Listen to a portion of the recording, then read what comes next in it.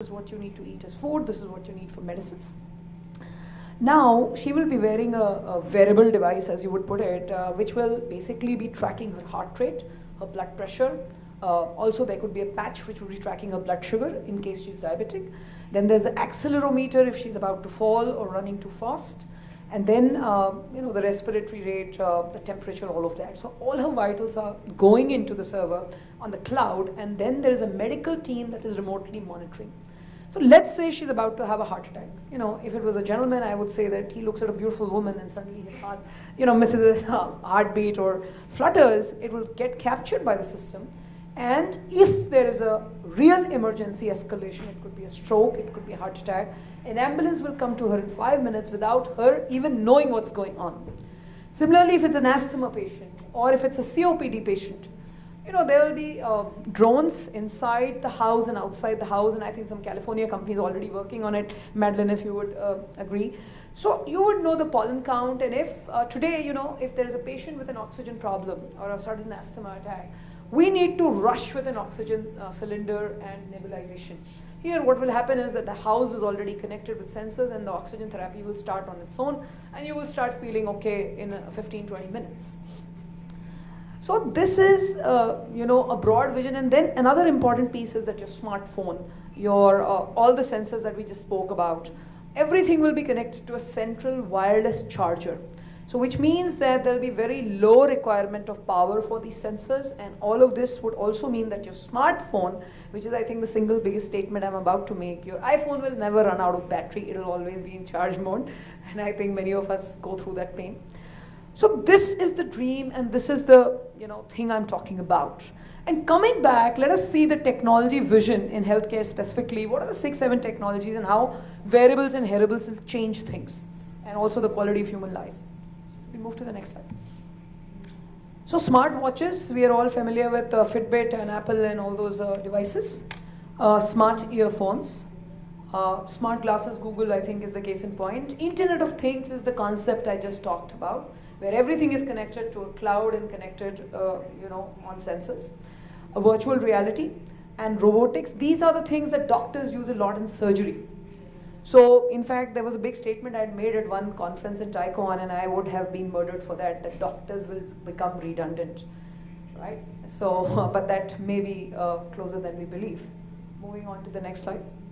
So, wearables, I think the definition is very clear, that they are devices that you can wear. But then, in terms of the medical application, so we are talking about smart watches, but that is a very baseline thing, which is for vital tracking. But then there are patches where you can get blood glucose combined with that data. There are ECG gloves that we are using in a country like India today, wherein you have a glove you wear in the hand at home, and you just put it on your sternum, and within 8 seconds, a 12-lead high-resolution ECG will go to any doctor in the world. So that is the power of this technology. And then there is even further enhancement. This is only about monitoring so far. Now we are talking about intervention. So there is something called a BioVest, which has been developed in the US. So if I am a patient prone to ischemia or heart attack, I wear that vest all the time. And suppose I'm about to have a heart attack, it will detect whether I have a problem. And more than that, if a heart attack does happen, the AED, the defibrillation will start and kind of save and rescue me. So this is the power of wearable technology. Moving on to the next slide. Again, some of the examples that we just spoke about, there are rings and other things, and I think Madeline also touched on them. And I talked about smart clothing.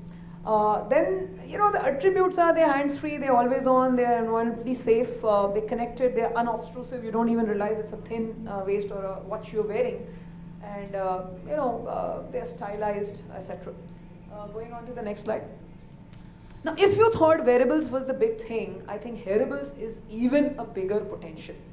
And I'm sure all of us are familiar with Siri, and my colleague here, Sanjeev, we were just chatting at the beginning of the conference.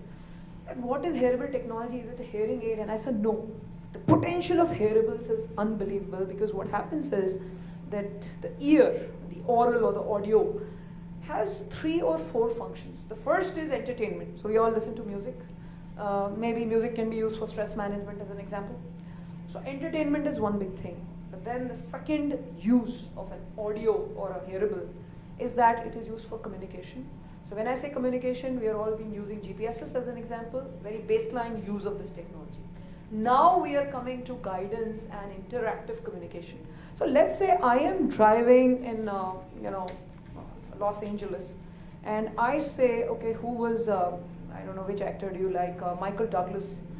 So the device will tell me Michael Douglas was a star born in this year, and he acted in the following films, and these are his body of work, etc. Now I say that how do I navigate to any one location, I don't know, Grand Canyon.